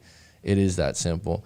There's some women out there that it isn't easy for. I think that women, I'll say this, I've said this many times, Linda, too, that women tend to have more options when they're broken up, in the sense that if a woman's sad or vulnerable or wounded from a breakup, a man's still attracted to her. A man will still ask her out on a date a lot of times, or even some guys will think of it as an opportunity.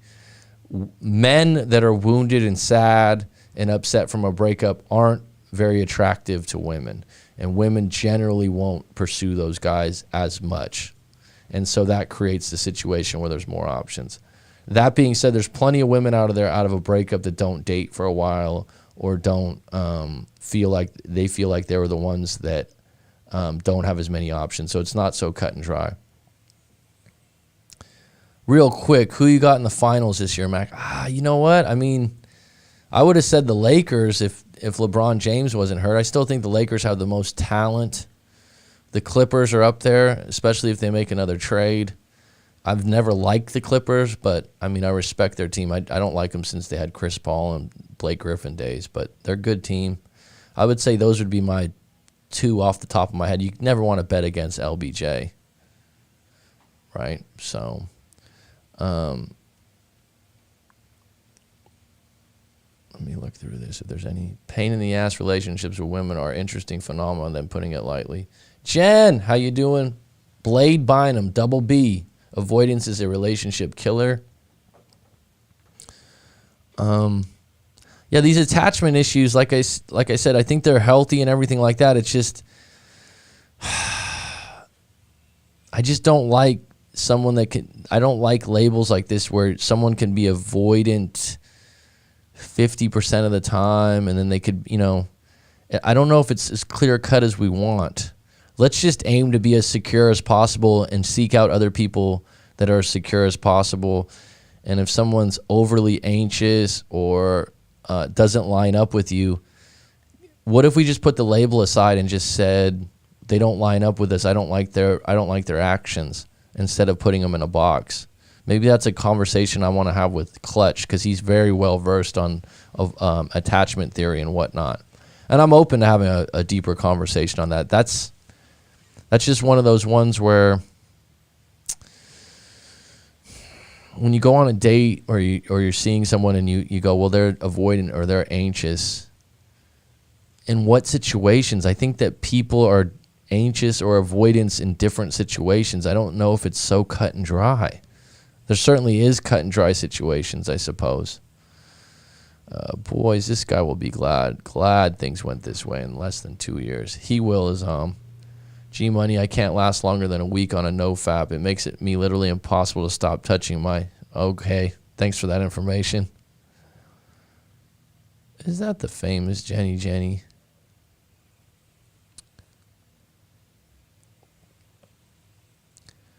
if you care more than her and continue to do so, you may as well cut your losses if you feel that way. It's already over. Well, whoever cares less controls the relationship. That's a dynamic that's vicious cycle. Who's got the upper hand? If it's not you, if you're chasing, you better be spinning plates, because this is going to end, bro. Spinning plates. Linder Tube's a fan of The Rational Male. I like that book too. I understand where you're coming from. Friends after a breakup being told about a new dude after a new dude and continuing the conversation. Why be with a woman you can't even speak your mind to? Good question. All right, let me go back to the bottom here. Great point, Jen. That's a great point. I like that.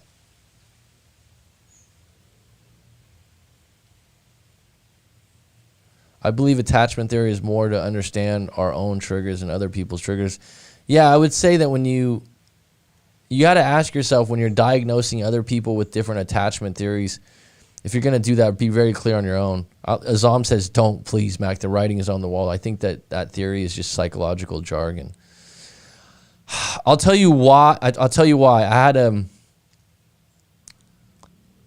I don't say it's psychological jargon. I'm okay with whatever you want to believe. I just don't know if it's useful and helpful to find labels for people that are only 4 boxes. That's the part. And I think certain people are easy to identify, or how should we say this? Diagnose other people as certain things when people are way more intricate. Someone could be avoidant in love but be extremely secure at their job. Do you know what I mean? It's But like I said, the reason I need to have open discussions about it is so many people follow it.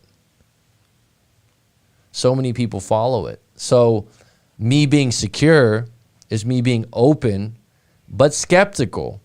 Being skeptical is okay. This is what a scientist does.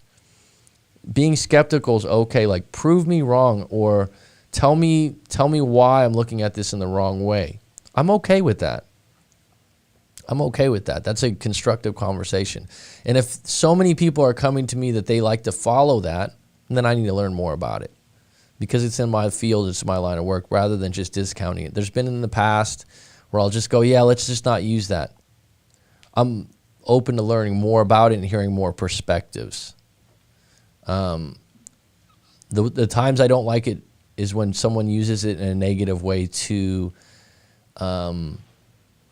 attach themselves to the attachment theory in a way. Well, I'm an avoidant, so I'm just like that. The ultimate goal, I suppose, is how are you going to become secure, and how are you going to find someone else secure? Attachment styles and horoscopes, I feel like they're similar in some ways, but like I said, maybe that would be a question for someone that believes in it. You're absolutely correct. I'm very secure in every part of my life except romantic relations. Well, that's a great point, Jen. Thanks for being vulnerable and honest. Would you say that's Danny's still on deck? Mm-hmm. You know, is there certain things in your life, Dan, that you're more secure with than other things? Yeah, of course. Right? I mean, so to generalize and say I'm just a secure person, I think we all have some insecurities about big parts of our life, right? Mm-hmm. One thing that you don't, and so if someone takes on the label, well, I'm just an anxious, I guess what you want to say is you want to clarify, and like you said, Jen, romantic relationships, I'm this. What I would say is if you're secure in other areas, then you're fully capable of being more secure in romantic relationships. Something in your past has told you that you're not, but it's just a belief. And not work towards actually solve their inner issues. Mac, if you were a single female, okay, I don't usually ever think that way. I don't like the start of that question, Linder, too. Oh, shit. If you were a single female, I'm not. Okay, he changed it. Okay, Mac, if you were single and I was a female, I'd have a few Maykongs with you and throw you for a loop after a roll in the hay. Maykongs, huh? Is that in reference to me living in Thailand? Because Mekong, is it Mekong a rum, Danny, or whiskey? I don't know. Mekong's. Sorry, but I don't know. Yeah, Danny doesn't even drink, so.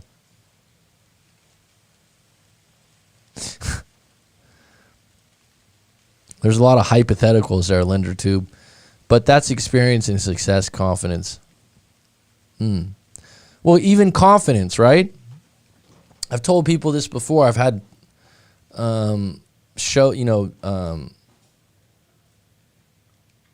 episodes or whatever you want to call it before on this, on the channel. Confidence, what's really interesting about that, because everyone wants confidence or everyone's attracted to confidence. It's interesting. A lot of confidence is contributed to just being good at a couple things. Right? If we look at Michael Jordan, the greatest basketball player of all time, which someone might want to debate that, but he's pretty damn close, if not the best, right? How many things is he really good at? Does it matter? Well, he's really good at public speaking. He's good at marketing things, but I mean, he's not very good at golf, evidently, from what I've heard. He's not a good coach because he never became a coach. He's been an owner of a basketball team that's probably been one of the worst teams for like 10 years, so he hasn't done a very good job at that. Is he still confident? Yeah. Because he's really good at a couple things that he's recognized for. It's really interesting when you think about that. I think when you get to a point where you want to be good at so many different things, you're not going to have confidence. It's really important. Think about the beginning of societies and the craftsman, merchant societies where people would become a blacksmith or a knight or a soldier. There was specific areas where you already had a built-in purpose and you became really good at something. That gave you confidence, right? That gives you confidence. If you have a lack of confidence in romantic relationships, then start researching things and start trying new things. You can get better at them. Yes, my past has not had much success in romance. It's much easier to have confidence and be secure when you've had success. Absolutely. Or you change your environment to a place where romance is going to be more available to you. I like your chiclet teeth and confidence. And 5 o'clock shout out, the intelligence, doesn't add to, I don't know what that means.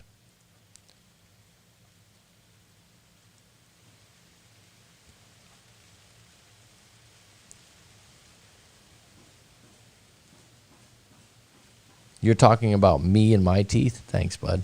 Chiclet teeth. I remember chiclet from that candy. You're a man or a woman worried about my sexual market value? Good thing I'm not worried what you think about my sexual market value. That's funny. What does that even mean? Anyone who says they are always secure or confident is full of it. Thank you. I agree. To be insecure is to be human. It's okay to have a bad day, guys. Absolutely. Mr. Clutch comes in at the end. Not sure how long you've been here, but we got to get in contact. We'll do another ep on we were just talking about the attachment theory and stuff. I want to revisit some things with it. Intelligence in what capacity? I don't know if that was a direct shot or you're being sarcastic. There's a difference between theoretical practical experiences. MX, Jenny, very true. Oh, thanks, Mac. You're the best. Seriously, the best channel for relationship BS with people in my IQ bracket. Well, go for you. Go for you. It was so funny because I was talking to someone at the gym yesterday, and the guy was like, this guy's in great shape. He goes to the gym all the time, seems to know what he's doing because he's got a six-pack, he's got the muscles, he's got, all these things. And comes to the gym with his shirt off, of course, or, tank top or whatever. And he had a woman with him yesterday, and I talked to him sometimes, and he was talking to the lady that's my trainer. And he's like, I want to become a certified trainer. I want to be certified. I said, hey, man. I said, you don't need to be certified. I go, just start making some videos on YouTube and share what you do. Because, he's like, well, I have to get certified, man. I have to get certified. And I'm like, aren't you training someone right now? Well, yeah, but I mean, I'm not charging her. She's a friend. I'm like, well, why do you need to get certified? And then he said, well, if you're not certified, it's not legal. I said, what? I said, share your routine on YouTube. And I said, share your routine. And he said, well, how would people choose me then? I said, because you got a pretty good body now. You're in great shape, man. Right? He goes, well, and this is where the confidence came in. He goes, well, I'm not in that good a shape. I'm not that. I'm like, okay. So you have some issues with the way you look. Some people are driven by their insecurities. Some people at the gym, especially, or some of these things, they're in great shape, and they're like, yeah, I look like shit. And you're like, okay. But he goes, so they asked the trainer that I go to, he's like, well, how did you choose her, right? How did you choose her? And I go, she's got a great body. She looks good. I can tell she goes to the gym. I can tell she walks the walk. And she kind of laughed. But you know what I mean? I'm like, and I went to one of her classes. I said, she does a good job. I never thought, if she told me I'm not certified, I wouldn't give a shit. I would do a couple classes with her, and if it didn't work out, I would say, oh, I'm not going to go to you. This certification thing, I mean, do you need it? I know I always do the basketball reference. Did LeBron James or Kobe Bryant need to go to college before the pros?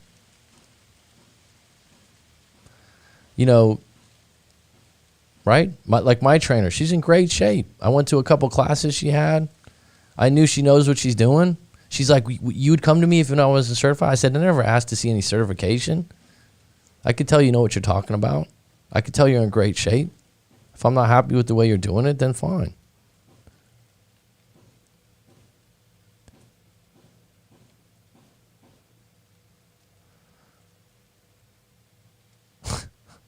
I'm going to choose your mind over your body, and I haven't seen it, but I can't imagine the body is defined as your mind. That's a high bar. Well, thanks, Lindertube. I look for certificates. I'd look for certificates in my coach. It's not necessarily needed.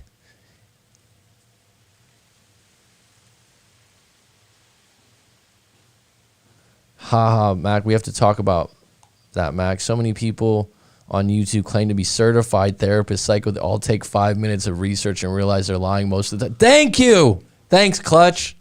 Thank you. I'm okay if you want to get certified, right? I have a bachelor's degree in history. So someone might go, oh, you must be a certified historian. No, I went to San Francisco State University. I could have got a double major in anthropology, study of humans. You know what happens sometimes when I'm at cocktail parties or gatherings? People start asking me history questions. Well, what about this time in history? You're a history major. It's like, really? You think I know everything in history? Right? I just learned how to write papers. I learned a few things in history class that I don't remember. Here's what's really crazy about some of these paths. And I'm not saying it's not great. I'm not saying it's not great to go get certified or go. I'm not anti-education. Hell, I'm a teacher. I've been a teacher for years. Right? And I value the structure of school in the right way. If you don't want to go to school, don't go to school. But there's never been a better time in the world that you can self-educate. Careful how you go about it. But here's the crazy thing is, stay with me on this.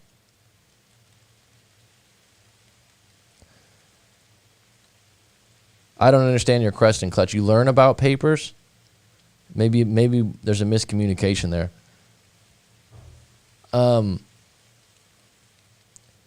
Let's say Sigmund Freud, who's dare I say, not the father of psychology, but a psychiatrist. or psychoanalyst, I think it is. How did he become that way? Can someone answer? Maybe Danny. If Sigmund Freud, do you know who Sigmund Freud is, Danny? Oh, no. Really? Okay. I mean, I heard the name, but I'm not sure who. Pull him up on your phone real quick, please. This is how quick you can get educated these days. Sigmund Freud. You probably could just put in Freud and it'll come up. Psychotherapy, and if you're a practitioner, you'd be called psychoanalyst, I believe. Don't quote me on that. Right? The father of psychology is William James, I think. But here's my point. How did Sigmund Freud get certified? This guy? Yeah, there he is. He did a lot of cocaine too, evidently. What's it say about him in the first few sentences, Danny? Sigmund Freud was an Austrian neurologist. I don't know what Neurologist, okay. Yeah, neurologist. I don't know what that is. Okay. And the founder of psychoanalysis. There we go, psychoanalysis. A clinical method for treating psychopathology through dialogue between a patient and a psychoanalyst. Freud was born to Galician Jewish parents in the, oh my God, so many hard words.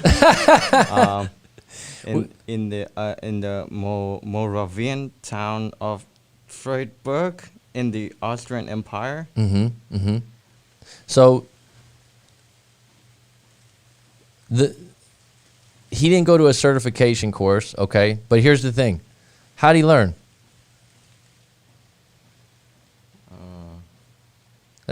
He built a craft. He built a following. He built his own certification, really, right? Yeah.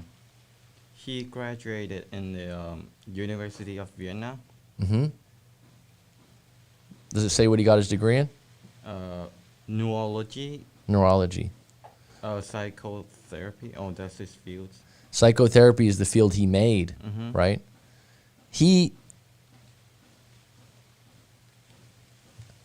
Thanks, buddy. Homeboy from USC. You want to hear something funny? When you told me USC, I thought you were in University of Southern California. I thought that's where you were at. But yeah, right on, bud. Anyhow, my point being is designations and certifications are fine. They're okay. I'm not against them. I don't have a problem with them. But let me just give you another side of this, Azam, because I think you're in a little bit of a disagreement with it. Real estate, people used to have these designations where they'd go to these courses. This card, I know business cards aren't big. It would be like GRS, ... I'm this, I'm that. Bottom line is you get your license. It was a bad weed joke. Oh, okay. I went right over my head. It's a Jim Brewer line. Also associated with living in San Francisco, right? Old Haight Street. So we're losing you, Mac. You can't hear me?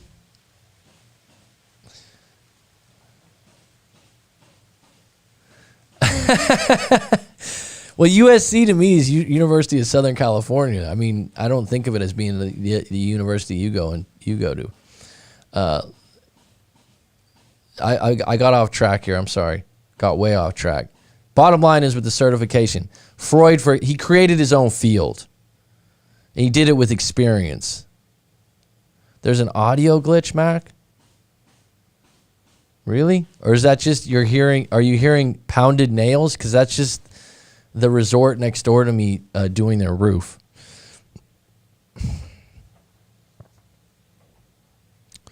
Anyhow, Freud developed his own thing by seeing clients, getting experience and documenting it. Experience, again, I've worked with teachers. They'll come in, I have a PhD, I have a master's degree. We all have the same job at the same level, but I'm better. Really? Really? Maybe you don't know this, Dan. Like, you know what I'm talking about, Danny? Mm-hmm. You were a student at university, right?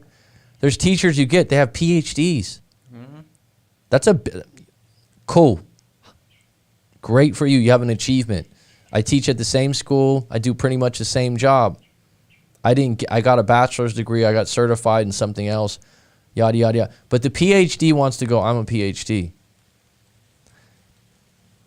Okay.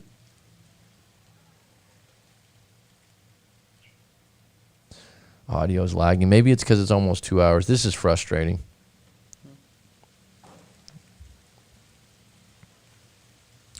I was really just getting into it here, huh? Brand new Skinner say it's good now. And they're still in debt. Like I said, I don't have a problem with it. It's okay, but you're also capable of doing some things and not being certified at the highest level by admitting that you're not certified and learning along the way with experience. That's my point. But now we have this whole other dynamic available with YouTube and the internet that if you're good at self-education, masterclass, Gaia, some of these other things, basically these are things that when I was a kid, you had to go to the fucking library and be a detective or a journalist. You had remember the days when you'd look in the library at old newspaper articles? It reminds me of that movie Fletch with Chevy Chase. To educate yourself, one of the greatest parts of a college is the library, right? That's dust. You have more access to information than ever before. Ever before. And so if you mix experience with actually doing what you're going to do, certifications are good. I don't know if they're required, and I wouldn't take a certification over experience. Fletch movies. I love Chevy Chase, man.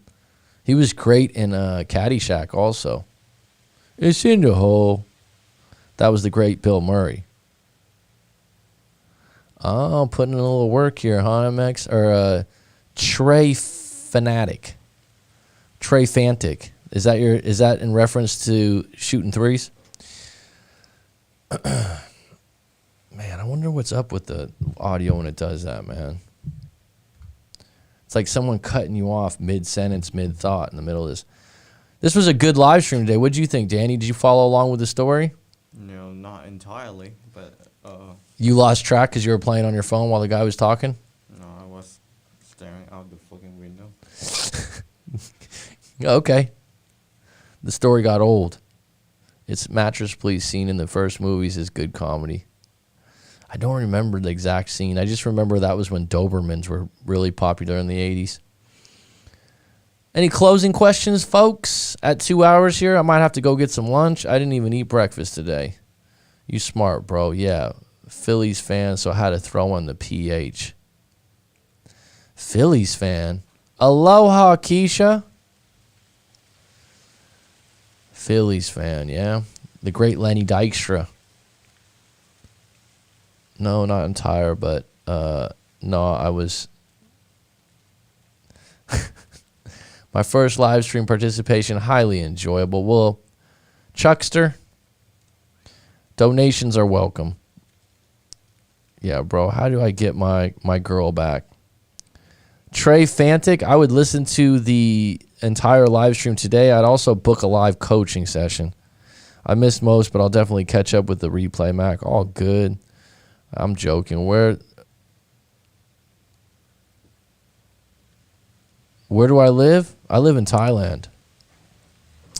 I live in Phuket, Thailand. That's why when people send me a message on Instagram and they're like asking for help immediately, sometimes it's 11 o'clock at night.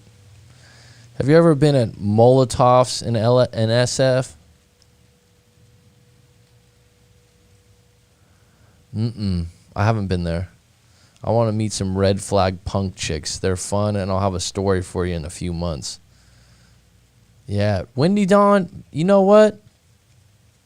You're always on. You don't speak a lot, but, man, you're loyal, hun. Drop your address. I got goons in Thailand. I need my $30 back. Wow, your lingo is just too much, Trey Fanatic. Too much. I thought I'm up on it, right? Sometimes I think I know the slang. Being from the Bay Area, my nephew's 19. But your slang, you win, man. Don't fuck with the Chuck. I just sent that video to someone. I always thought Phuket was pronounced like the profanity. Nah, it's Phuket. Right, Danny? Phuket? Yeah, it's Phuket. That's from a Thai person.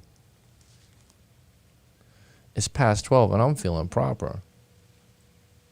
I'm from the Bay Area, that's right. Also known as the Yay Area from the Great E40. Yep. I stand on that. Right, Danny? Great song. He's not, Skinner.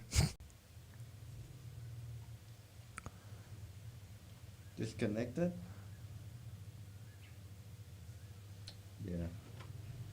Oh, it's back on. Do you ever think about moving back to the U.S.?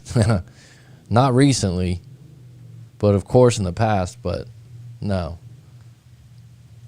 That knowledge base isn't part of the, like walking around with infinitely gauntlets snap, clothes disappear. The knowledge base in that part of the world, like walking around with the infinity gauntlet snap, clothes disappear.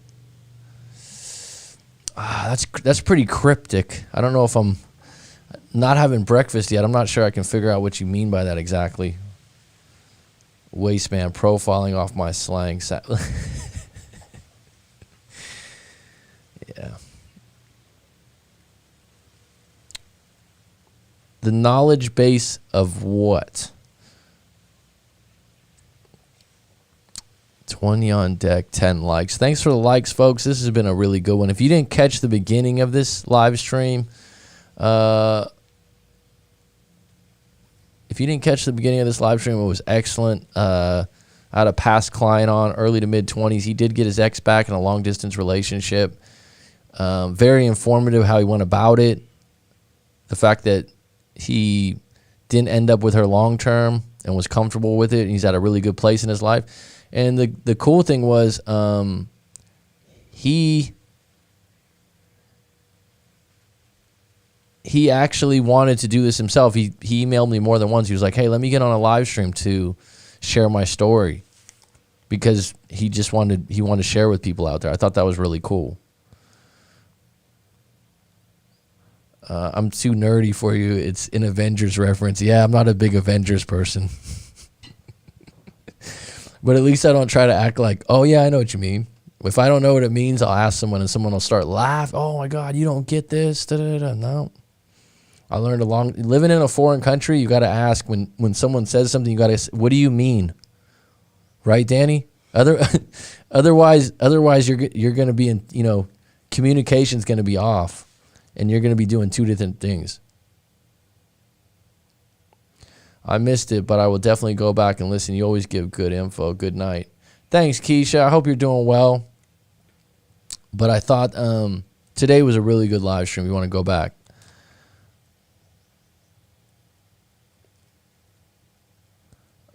Coach Warren. I've seen a couple of his videos. How pocket shall be runneth. I don't know that. Hey, thanks, Mac Man, for the information. Before you dip, appreciate it. You're on a high level. This channel should be crazy popular. Get that employee you talked about to do the legwork. Right on, LingerTube.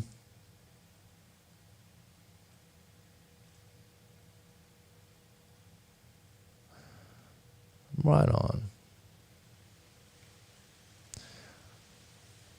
Bye, Chuckster. All right, folks, take it slow. To answer your question, I will be on deck tomorrow. I'll put it in the Discord. The Discord link is in the notes.